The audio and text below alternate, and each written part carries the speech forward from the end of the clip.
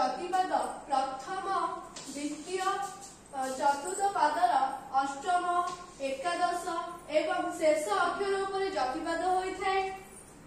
तृतीय पादर द्वितीय षष्ठ एवं शेष अक्षर उपर जतिपद होता है।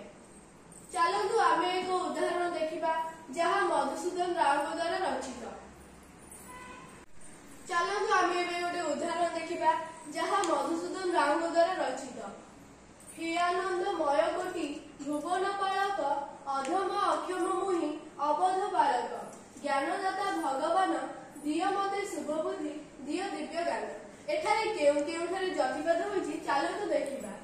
हे आनंद मय कोटि एही कोटि ठारे जतिपद होइछि, भुवन ठारे होइछि, पालक ठारे मध्ये होइछि, अधम अक्षम मुहि मुहि ठारे मध्ये जतिपद होइछि, अबध अबध बालक ज्ञान ज्ञान दाता भगवान भग ठारे होइछि, दिय मते शुभ बुद्धि ठारे होइछि, दिय दी ठारे होइछि दिव्य ज्ञान।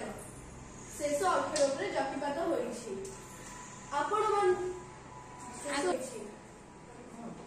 आज आम संकर विषय जानिले जहाँ चारि पद गोटे पद हुए तार जतिपद एवं गोटे उदाहरण देखिले। धन्यवाद।